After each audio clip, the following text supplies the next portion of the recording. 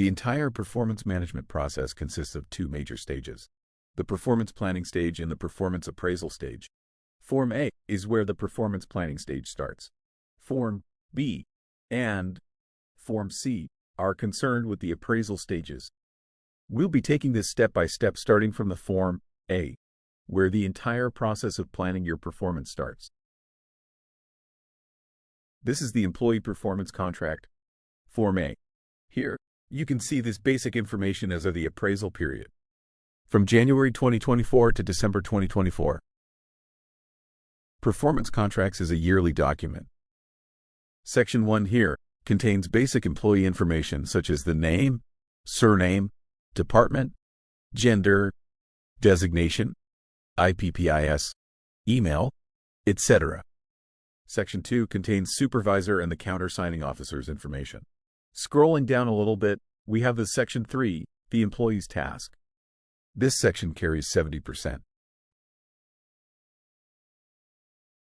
Scrolling down a little bit more, we also have the Section 4, which are the competencies. This section carries 20% mark. Lastly, we have the Section 5, operation and processes. This section carries 10%. Scrolling down more, we see the confirmation of acknowledgement section. This is where you input your signature as well as other comments. Staff are tasked with filling up Section 3.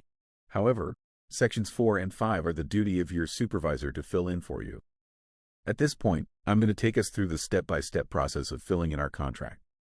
Let's take this right from the top, starting from the Section 3. To start filling in my contract, I'm going to click on the Add Row button on the right-hand side of my screen. And what this does is that it opens up a field for me to select the KRA. Now all I need to do is to select this drop-down, and it pulls up a list of the key areas from the MPMS that we took a look at earlier.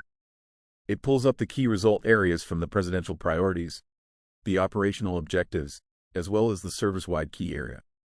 All I need to do at this point is to select the relevant KRA as it applies to my department and my role. The question that might be on your mind at this point is, how do you select? We have also developed the employee contracts for the head of every department. This has also been cascaded down from the directors to the deputy director, assistant director down to the CEOs. You simply need to get a copy of the EPMS for your department, and it serves as a guide to develop your own individual contract. Next, I go ahead and select Improve Governance for Effective Service Delivery. Next, in order to choose from an objective and a KPI, use the plus icon here. This opens up the field for me to select an objective. Under the objective, I select Implement Personal Management System. Next, I select a KPI from the drop-down. If I want to add another key result area, use the Add Row button. As shown, this opens up a field, allowing me to select a key result area. This time around, I'm going to select a KRA from the service-wide objective. As shown, I select Automated Service Delivery. To select an objective, use the plus icon to open up the field. Now I'm going to proceed to select my KPI. To select another or multiple objectives under the KRA Automated Service Delivery, I use the plus button as shown to open up another field. Then I select the other objective KPI.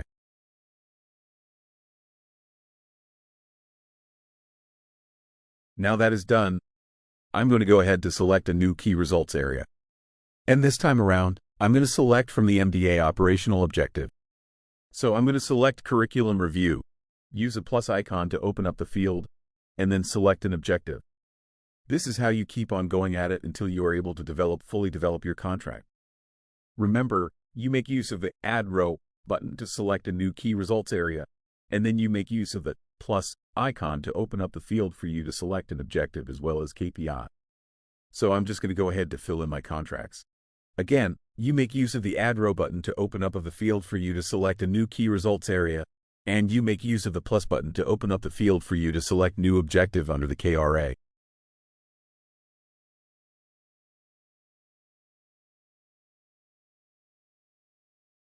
At this point, you will notice that the weight as well as the graded weight are all zeros. Next, I need to key in the weights. To do this, first save.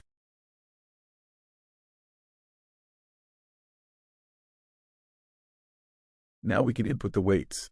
This weightings are also contained within the EPMS that has been developed for your departments. As the weight is inputted, the calculation for the graded width is automatically done by the system. Reach out to your supervisor or head of your departments to provide you with the documents.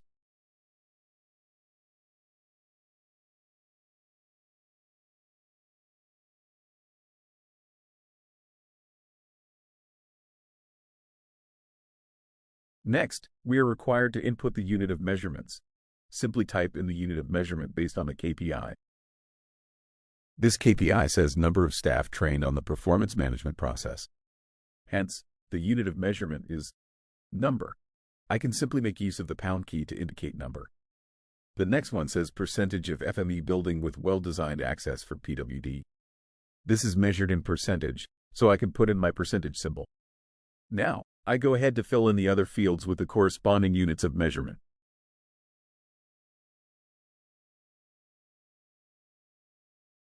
Make sure you save your inputs by clicking the Save button. After saving your entry, the KPI fields become editable. This allows you to edit the KPIs to suit your own individual role. This is important because the EPMS that comes from the system is the one that has been developed for your departments and belong to the head of the department. Editing the key performance indicator allows you to modify it to suit your own contribution to achieving the objective. As an example, let's look at the key results area: improve governance for effective service delivery and the objective access to physical environment and public buildings by persons with disability. The key performance indicator here says performance percentage of FME buildings with a well-designed access for PWD. Assuming I am a staff of grade level 8, I might not be measured based on this particular KPI. But this gives me an idea of what my department is trying to achieve. I can now coin the KPI such that it reflects my inputs to the achieving this particular objective, which is access to physical environment. Now let's take a look at other PMS resources. The Other PMS Resources page contains other forms such as the Monthly Performance Review Form, the Performance Appraisal Dispute Form, the Performance Improvement Plan, PIP, and the Individual Development Plans. The Monthly Performance Review Form is where the appraisal process starts. Now this is carried out on a monthly basis. However, this particular aspects of the performance review is not measured. We will be looking more into the monthly performance review in the next video.